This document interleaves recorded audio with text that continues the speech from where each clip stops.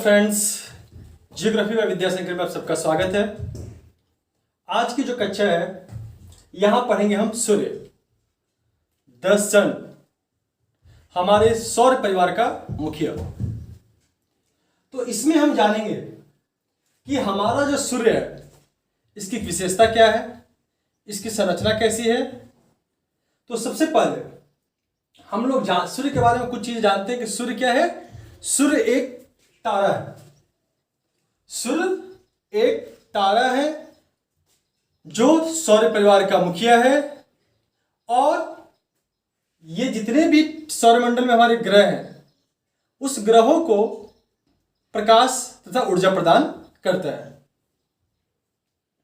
इसके पहले हम जान चुके थे कि सूर्य का जन्म लगभग 4.5 अरब वर्ष पहले हुआ था। कितने वर्ष? 4.5 अरब वर्ष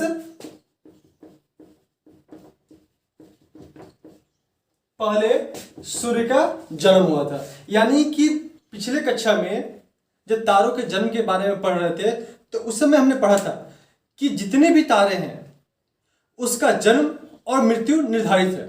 एक समय है जब उसका जन्म हुआ है तो उसका कभी ना कभी अंत होगा। तो सूर्य का जन्म लगभग 4.5 अरब वर्ष पूर्व हुआ है और लगभग 4.5 अरब वर्ष बाद इसकी मृत्यु हो जाएगी। यानी कि हमारा जो सौर मंडल है वो समाप्त हो जाएगा। ठीक है, यानी कि जहां जो हमें सूर्य जो हमें रोशनी और एनर्जी दे रही है वो समाप्त हो जाएगा। और समाप्त कैसे होता है ये भी मैंने पिछले कक्षा में डिस्कस किया था कि जब सूर्य जो है, सूर्य के केंद्र में जहां हीलियम और हाइड्रोजन होते हैं, यानी कि हाइड्रोजन हीलियम में कन्वर्ट होता है और उस दौरान काफी सारी एनर्जी निकलती है। उसी एनर्जी से हमें एनर्जी और प्रकाश मिलता है। तो जब सूर्य के केंद्र से हाइड्रोजन समाप्त हो जाएगा तब लाल जाइंट तारे बनेंगे। उसके बाद उसमें विस्फोट होगा, फिर वो व्हाइट ड्रॉप बनेगा। व्हाइट ड्रॉप के बाद क्या होगा कि जितने भी बाहर के जो एलिमेंट हैं वो सारे के सारे उसमें समाहित होंगे, ब्लैक ड्रॉप बनेंगे और धीरे धीरे वो समाप्त हो जाएंगे। ठीक, यहां तक तो आप लोग का क्लियर है।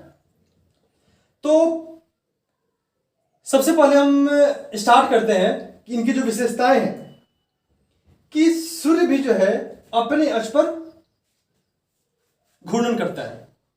सूर्य भी अपने अक्ष पर घूर्णन करता है। घूर्णन करने के दौरान इसका जो मूवमेंट होता है, सूर्य अपने अक्ष पर जब मूवमेंट करता है तो मूवमेंट करने के दौरान वो पश्चिम से पूरब की तरफ घूमता है। कैसे? पश्चिम से पूरब की तरफ घूमता है। और इसे के साथ साथ यह जो है परिक्रमा भी करता है, परिक्रमण भी करता है। वो किसके लिए साथ करता है? किसके सापेक्ष में? वो गैलेक्सी के सापेक्ष में।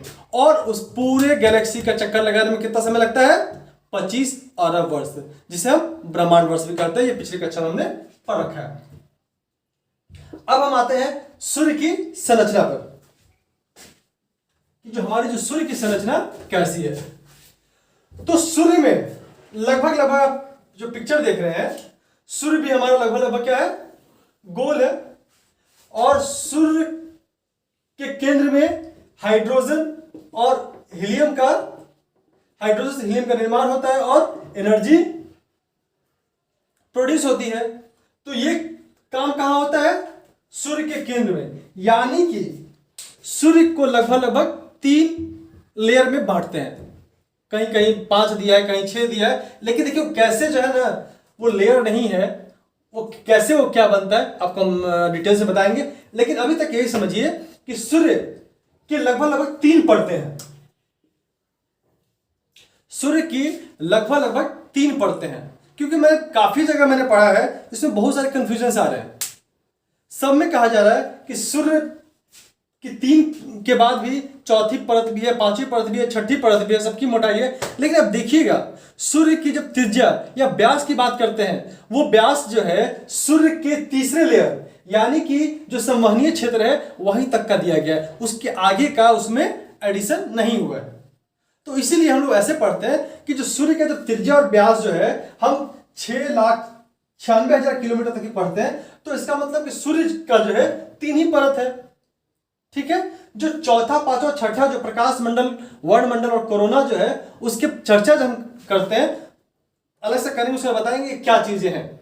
ठीक है, तो सबसे पहले देखिए कि सबसे मेन पार्ट क्या है, हमारा केंद्र, जहां पर नाभिकीय संलयन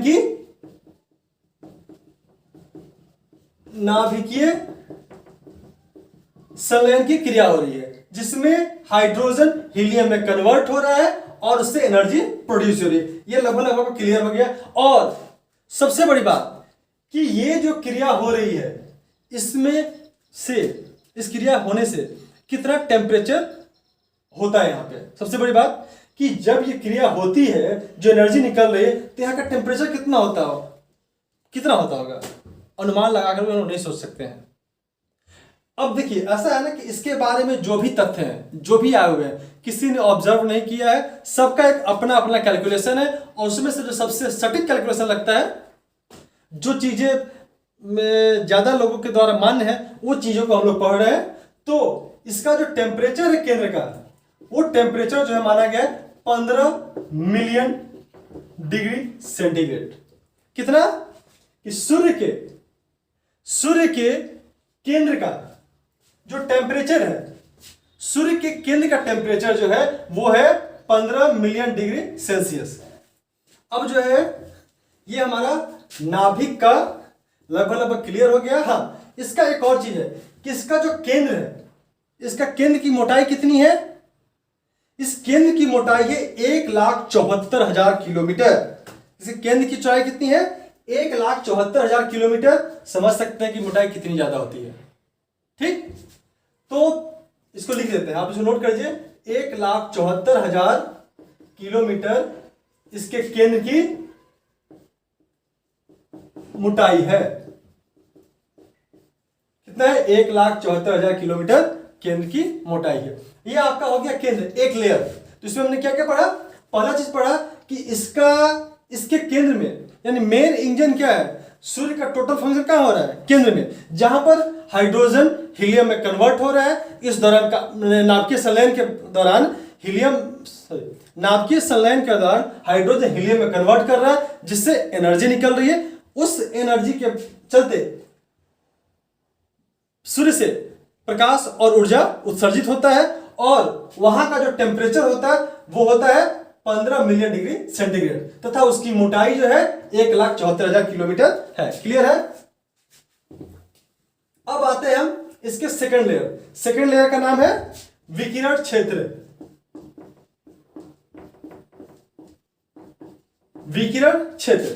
ठीक, अब विकिरण क्षेत्र में क्या होता है, विकिरण क्षेत्र जो है, जब केंद्र में नाभिकीय संलयन की क्रिया के दौरान जो एनर्जी निकलती है, वो एनर्जी से एक्स रेज, गामा रेज और एनर्जी के रूप में जो फोटॉन्स निकलते हैं, एक्स रेज, गामा रेज और एनर्जी के रूप में जो फोटॉन्स निकलते हैं, वो आते हैं विकिरण क्षेत्र के अंदर। और ये विकिरण क्षेत्र में 1,00,000 साल तक कूदते रहते हैं।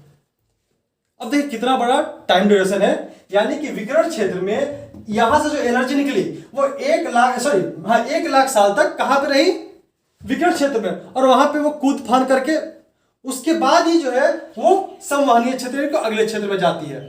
ठीक, तो विकिरण क्षेत्र क्या करिए कि वहां की जो एनर्जी है, केंद्र की जो एनर्जी है, वो अपने पास ला करके कुछ देर रखती है, और उसके बाद जो है वो मैच्योर हो जाती है, तब उसे वो आगे भेजती है। और कितने दिनों तक रहता है वो, 1,00,000 साल तक।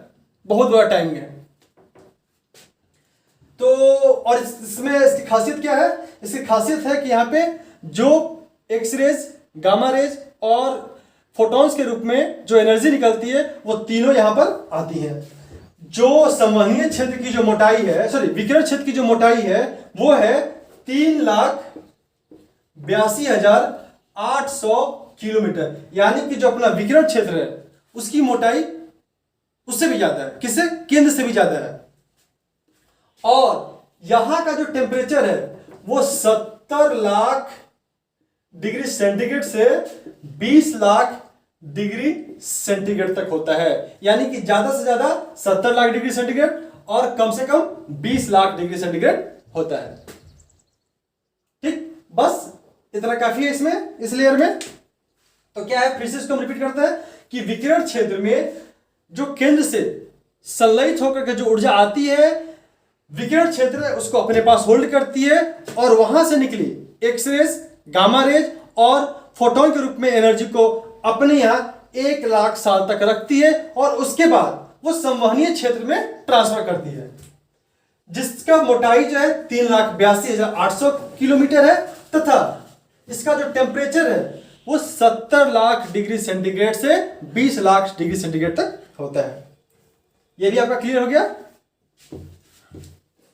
अब हम थर्ड आते हैं, संवहनीय क्षेत्र। कौन सा है? संवहनीय क्षेत्र।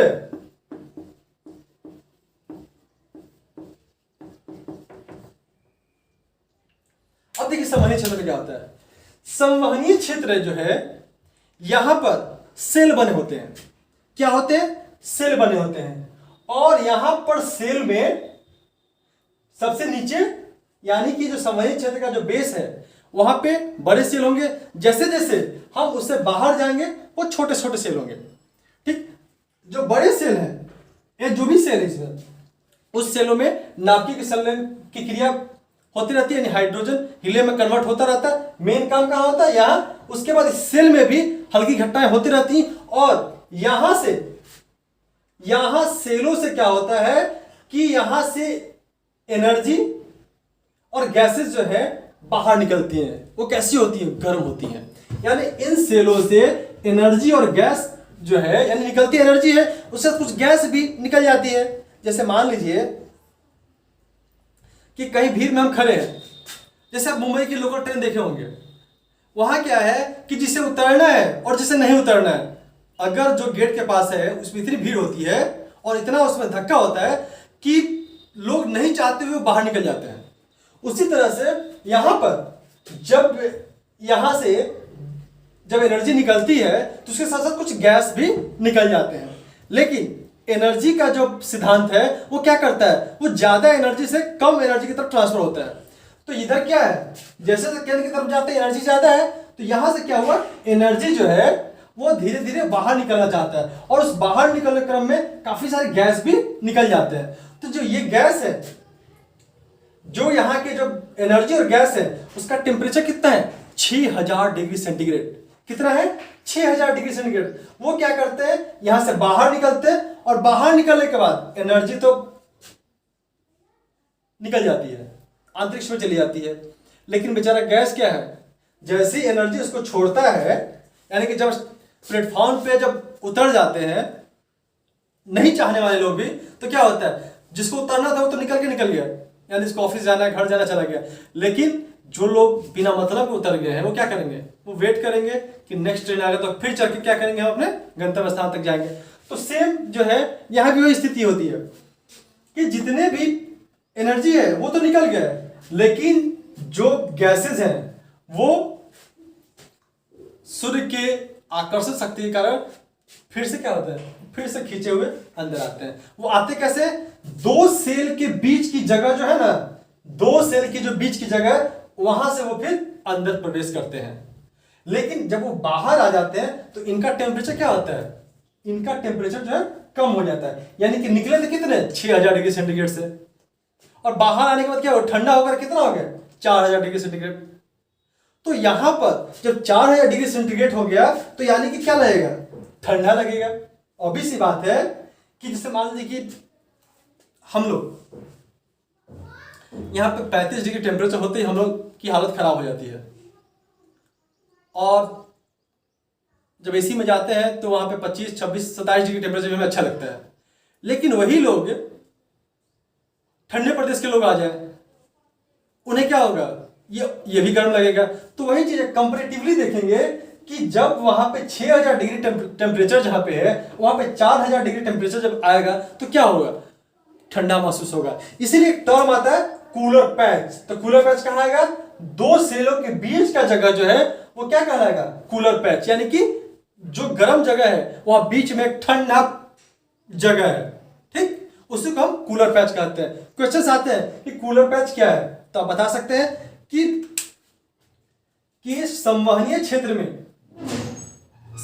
क्षेत्र में जब दो सेलों के बीच से जब एनर्जी और गैस जब बाहर निकलते हैं और बाहर निकलने के बाद जब एनर्जी ब्रह्मांड में चली जाती है तथा जो गैस है सूर्य के आकर्षण शक्ति के कारण जब पुनः वो वापस आते हैं दो सेलों के बीच में, तब वहां का टेम्परेचर जो है बाकी के टेम्परेचर से कम होता है, जिसके कारण वो ठंडे की अनुभूति होती है, जिसे हम क्या कहते हैं, कूलर पैच। ठीक है, लेकिन यहां पे एक और घटना होगा। ये तो कूलर पैच हुआ, लेकिन जब ये वापस आते हैं तो जो लाइट है, जो लाइट भी है वो भी क्या होगा, यहां कम दिखाई देगा। इसके अपेक्षा ये लाइट भी कम दिखाई देंगी। तो क्या बोलेगा कि नहीं, बीच में अंधेरा हो गया, यानी दो जगह लाइट जल रहा है क्योंकि वहां से एनर्जी आ रहे हैं, और यहां पे बाहर आने के बाद क्या होगा, इसका जो लाइट तो कम होगा ना, टेम्परेचर इसलिए कम हो गया है। तो फिर जब वापस जाएगा तो बीच का भाग कैसा दिखेगा, वो अंधेरा दिखेगा, दोनों की अपेक्षा अंधेरा दिखेगा। तो क्या दिखेगा, एक जो है ना ब्लैक धब्बा टाइप का दिखेगा, यानी कम लाइट वाला दिखेगा। तो उसे क्या कहते हैं लोग, सौर कलंक। ये भी क्वेश्चन पूछा था कि सौर कलंक किसे कहते हैं। ठीक, तो वह भाग सूर्य के वायुमंडल पे, सूर्य के बाहरी परत का वो भाग जहां पे ब्लैक दिखाई देता है, और कहां दिखाई देता है, ये दिखाई देता है हमारा प्रकाश देखते हैं। अच्छा, इसकी एक और बात कहते हैं कि इसकी जो मोटाई कितनी है, 1,39,200 किलोमीटर। संवहनीय क्षेत्र की मोटाई कितनी है, 1,39,200 किलोमीटर।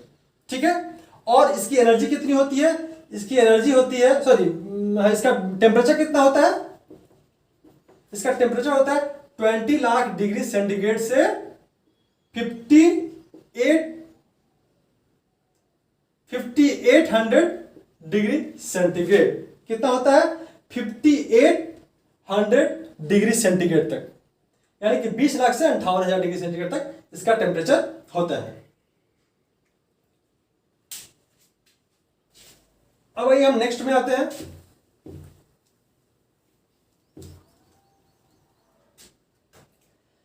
अब जो नेक्स्ट है वो है प्रकाश मंडल। अब देखिए प्रकाश मंडल में क्या होता है। अब प्रकाश मंडल ही सूर्य का वह भाग है जिसे हम लोग देख पाते हैं, अंदर के भाग को नहीं देखते। जैसे पृथ्वी का जो इंटरनल भाग है उसे तो हम नहीं देख पाते हैं, पृथ्वी का जो धरातल है उसे ही हम देख पाते हैं। तो समझिए कि पृथ्वी का जैसे धरातल है उसी तरह से सूर्य का प्रकाश मंडल है जिसे हम लोग देख पाते हैं। और जो भी यहाँ पे जो क्रियाएं हुई हैं, सौर कलंक या कूलर पैच, वो हम देख पाते हैं ना कि सूर्य में एक धब्बा जैसा दिख रहा है, तो कहां होता है, संवहनीय क्षेत्र के बाहर, यानी कि प्रकाश मंडल में। और जो सौर कलंक की घटना है कूलर पैच कहां हुआ, प्रकाश मंडल में।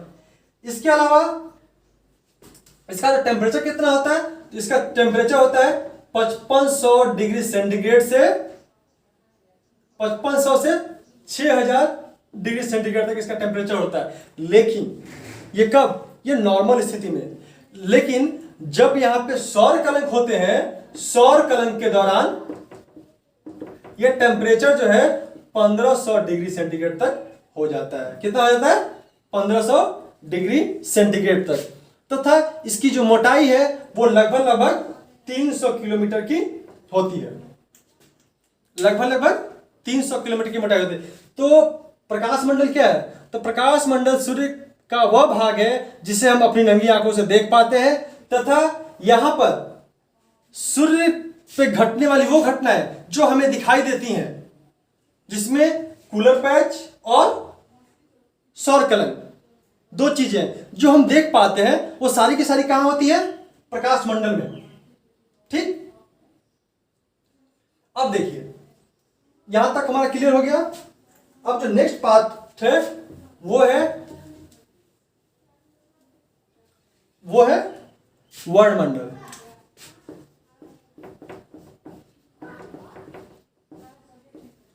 जो सौर ज्वाला है वो निकलती है और निकलने के बाद वो पृथ्वी के वायुमंडल तक पहुंचती है। यानी सौर मंडल में सूर्य के द्वारा जो निकली किरणें जो है वो क्या होती हैं, वर्णमंडल से निकल करके और अंतरिक्ष में होते हुए पृथ्वी के वायुमंडल में या जितने भी ग्रह हैं वहां तक जाती हैं, वहां से निकल करके और एक आवाज जैसी अनुभूति होती है। आवाज क्यों होती है? जब वहां से सौर ज्वाला निकली, जब वहां से सौर ज्वाला निकल के जब बाहर आ जाती है, यानी कि ये जो क्षेत्र है, ये क्षेत्र सूर्य के क्षेत्र तक आता है। ये जो क्षेत्र है वो सूर्य के क्षेत्र तक आता है, उसके प्रभाव क्षेत्र में, उसके बाहर वो सूर्य से निकल जाता है। तो यानी कि वर्णमंडल से क्या है कि जो सौर ज्वाला है वो बाहर निकलती है और हमारे ग्रहों तक, यानी सूर्य के जो ग्रह है वहां तक पहुंचती है और जिसके वायुमंडल में प्रवेश करती है तो वहां पर वायुमंडल में विद्यमान तत्वों से घर्षण कर एक आवाज जैसी अनुभूति होती है, जैसे कोई सीटी मार रहा है, उस तरह की अनुभूति होती है जिसे विसलर कहते हैं। क्या कहते हैं? विसलर। क्वेश्चन आते हैं कि विसलर क्या है? तो विसलर और कुछ नहीं है, सूर्य से, यानी कि सूर्य के प्रभाव क्षेत्र से, यानी कि सूर्य के वर्णमंडल से निकली हुई सौर किरणें जब कभी हमारे पृथ्वी तक पहुंचती है तो एक आवाज आती है, एक आवाज आती है, उसे ही विसलर कहते हैं। और विसलर के आने से हमारे यहाँ विद्यमान जितने भी सिग्नल्स हैं वो डिस्टर्ब हो जाते हैं। यानी कि इससे दिक्कतें क्या होती हैं कि जब वो हमारे पृथ्वी के वायुमंडल में प्रवेश करती हैं तो हमारा मोबाइल नेटवर्क का सैटेलाइट डिस्टर्ब होगा, टीवी चलना बंद हो जाएगा, यानी कि जो भी चीजें, जो तरंग जो है वो डिस्टर्ब हो जाती हैं और हमें सिग्नल नहीं मिल पाती है। तो इसके आने से एक दिक्कतें आती हैं। और एक और बात है, तो कभी कभी जो है सौर ज्वाला जब पृथ्वी के वायुमंडल में आती हैं तो आप देखिएगा कि पृथ्वी के उत्तरी और दक्षिणी भागों में, पृथ्वी के उत्तरी और दक्षिणी भागों में फुलझड़ियां जैसी भी चलती हैं। लगभग ये दो ही साइड में होता है कि दोनों के गुरुत्वाकर्षण क्षेत्र के पास आती है और वही दोनों जगह पे वो दिखाई देती है। वो फुलझड़ी की तरह जलता रहेगा क्योंकि वहां वो काफी गर्म होती है और जैसी पृथ्वी के वायुमंडल में आती है, यहाँ ठंडा होता है तो गर्म जो चीज जो है ठंडे में अचानक से पूरा फुलझड़ी जैसा लाइट देने लगेगा, उसे अरोरा कहते हैं। लेकिन उसका भी दो तरह से नाम है। जब वो सौर ज्वाला पृथ्वी के नॉर्थ पार्ट में जाता है तो उसका नाम बदल जाता है और साउथ पार्ट में जाता है तो उसका नाम बदल जाता है। ये ऐसे ऐसे फुलझड़ी जैसा जलने लगता है। तो नॉर्थ पार्ट का जो भाग है उसको अरोरा बोरेयालिस कहते हैं। जो नॉर्थ पार्ट का भाग है, जो नॉर्थ में जलता है तो उसका नाम देते हैं अरोरा बोरियालिस, और जो साउथ में जो आ जाता है उसको बोलते हैं अरोरा ऑस्ट्रेलिस। अब ये जो है कंफ्यूजन होता है कि किसको अरोरा बोरियालिस कहेंगे और किसको अरोरा ऑस्ट्रेलिस कहेंगे। तो इसको याद करने का एक तरीका है कि हमारे पृथ्वी के साउथ भाग में कौन सा महादेश है? ऑस्ट्रेलिया है। साउथ में ऑस्ट्रेलिया है, तो यानी कि जो अरोरा का जो साउथ पार्ट है उसको बोलेंगे अरोरा ऑस्ट्रेलिस, और जो नॉर्थ का पार्ट है उसे क्या बोलेंगे? अरोरा बोरियालिस। ठीक, यहां तक क्लियर है वर्णमंडल। अब देखिए क्या होता है, लास्ट में बचता है कोरोना या किरीट। अब देखिए ये कैसे दिखता है, ये पता नहीं चलता है। रीजन क्या है कि जब सूर्य की एनर्जी और गैसें जब इस पार्ट में आती है तो यहां आने के बाद, वर्णमंडल में आने के बाद गैसें फिर से सूर्य की तरफ चली जाती हैं और जो एनर्जी तो निकल जाती है, तो ये पार्ट क्या होता है? बिल्कुल खाली हो जाता है और यहां पे कोई नहीं रहता है, रोने वाला भी कोई नहीं रहता है। यानी कि आप समझ लीजिए कि बारात में जो जलमासा होता है, वहां क्या होता है कि जब बाराती आती है तब वहां पे घराती भी पहुंचे रहते हैं। लेकिन जैसे ही शादी समाप्त होती है तो क्या करते हैं, बाराती अपने घर को, घराती अपने घर को। ये पार्ट क्या हो जाता है, तो कोई रोने वाला भी वहां पे नहीं रहता। उसी उसको क्या बोलते हैं, कोरोना। ऐसा कुछ नहीं है, समझने की बात है कि ये जो है कोरोना वो जगह है जहां पे एक समय में जब यहां से जब सौर्य ज्वाला निकलती है और सौर्य ज्वाला निकलने के क्रम में जब एनर्जी एनर्जी अंतरिक्ष में चली जाती है और जो गैसें हैं वो पुनः जो है संवहनी क्षेत्र के अंदर प्रवेश करती है, उसके बाद यहाँ पे कुछ नहीं बचता है। हाँ, ये सिर्फ यहाँ पे धुआं जैसा जो है दिखाई देगा, ऐसे ऐसे लपटो टाइप का दिखाई देगा। लेकिन ये स्पष्ट कब दिखता है, वैसे तो नहीं दिख पाता है, लेकिन जब सूर्य ग्रहण लगते हैं, जब भी सूर्य ग्रहण लगता है तब ये रिंग की तरह से चमकता हुआ, जैसे आपका सूर्य है और यहां पर जब चंद्रमा जब आ गया तो ये जो पार्ट जो दिखता है चारों तरफ, वही जो है हमारा कोरोना वाला पार्ट दिखता है। इसमें से रेडिएशन काफी कट के निकलती है, इसे नंगी आंखों से देखना मना होता है। तो ये आपका लगभग सूर्य के जितने भी क्वेश्चंस आने वाले होंगे ये लगभग आपके क्लियर हो गए हैं। और हम कोशिश ये करते हैं कि हम जो आपको बताएं बहुत ज्यादा टेक्निकल नहीं जाना चाहते हैं, कि वैसे लोग जो ज्योग्राफी काफी इंटरेस्ट से पढ़ते आ रहे हैं वो तो कहीं भी पढ़ सकते हैं, लेकिन हमारी कोशिश ये होती है कि वैसे छात्र जिनको भूगोल में इंटरेस्ट नहीं जग पाया है उनको कैसे इंटरेस्ट जगाया जाए। ठीक है, तो आज ये क्लास आज यहाँ समाप्त करते हैं। कल जो है सूर्य के चारों तरफ परिक्रमा करने वाले इसके जो ग्रह हैं उसके बारे में पढ़ेंगे। पूरा सोलर सिस्टम जो है सूर्य के अलावा क्या है, सूर्य तो आज पढ़ चुके हैं, अब सूर्य के अलावा जो है कौन कौन से ग्रह हैं, कितने दूरी पे है और क्या क्या चीजें, वो हम लोग नेक्स्ट क्लास में पढ़ेंगे। तब तक के लिए धन्यवाद।